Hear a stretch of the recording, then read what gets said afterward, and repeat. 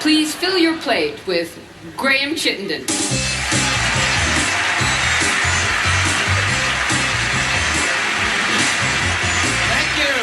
you. It's kind of an honor to be here. I'm happy to be here on a show that's about food, but I'm also a little sad that there's going to be one more show on TV that's about food. I think we've maxed out. I think we could take a break. I think a lot of the reason that a lot of the kids today aren't losing the weight we want them to is that there's a 24-hour food channel where grown men just drive around the country and rub dry spices into pork shoulders. These food shows are getting you into thinking it's a good idea. You're taking your advice from the wrong people. Everyone on that network. Guy Fieri? Stop watching Guy Fieri. Kids are looking up to him. Stop. I have one rule. If Guy Fieri's been to your restaurant, I won't eat there. That's my rule. Why do you wait to see? 1, don't trust his palate. Number 2, it's not a surprise. He's gonna like it. He's liked it every episode for too many seasons now. For me, that's the grossest moment on television. There are shows where they do surgery. There are shows where they deliver children. For me, it doesn't get any grosser than when Guy Fieri bites into a Philly cheesesteak. That's the grossest thing. When he does that, and he, just that moment where he just, has to lean forward so the juices don't get on his bowling shirt. Stop watching it. It's gross. He's a disgusting man. He gets so much sauce on his face, he has to bleach his goatee every week. Stop trusting his advice. There's no show on that network for me. Even the cooking shows. I'd love to eat at home. I can't follow along with those shows. I would like to have my own cooking show where we cook at home together. It's called I Don't Know What Happened. Where you've never made this thing before, but don't worry, neither have I. Okay, we're gonna ruin it together. You can't follow along with these other cooking shows. I don't have 17 little glass bowls with pre-chopped ingredients waiting for me when I get home. Oh my God, this is easy. Oh, no. None of that stuff. I don't even know where to get half those ingredients. They expect you to come home and go, okay, turn on the TV and get going. I can't get any of this stuff you've just described without a 3-day scavenger hunt off the top. That's why my show is gonna be more like your life. I'm gonna show you great meals you can eat over the sink real quick because you're late for everything.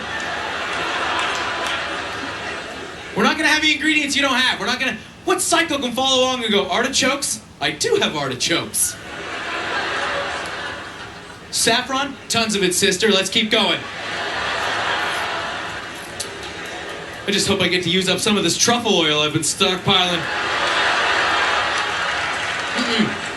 We're gonna use things I know you have.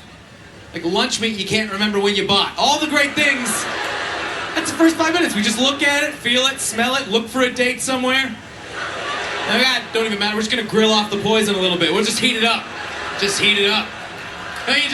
You can't. You just grill it a little on the other side. Takes the poison right off. That's how science works. Long-term marinating is out. It's ruined. I've been so close to making these meals a few times. You know, I'm not there to win any awards. It's Thursday, I'm a grown man, I've had granola bars for dinner 3 nights in a row. I would love to follow along, and you're following along sometimes. You've made a few substitutions. As long as butter's as good as buttermilk, you'll be fine. You're so close. And then they pull that thing on you where the host looks at the camera and goes, okay, we're gonna stop there. We're gonna pop this back in the fridge for a while. We're gonna seal it up and pop it back in the fridge so that the buttermilk can tenderize the chicken. Plus it makes the flavors combine.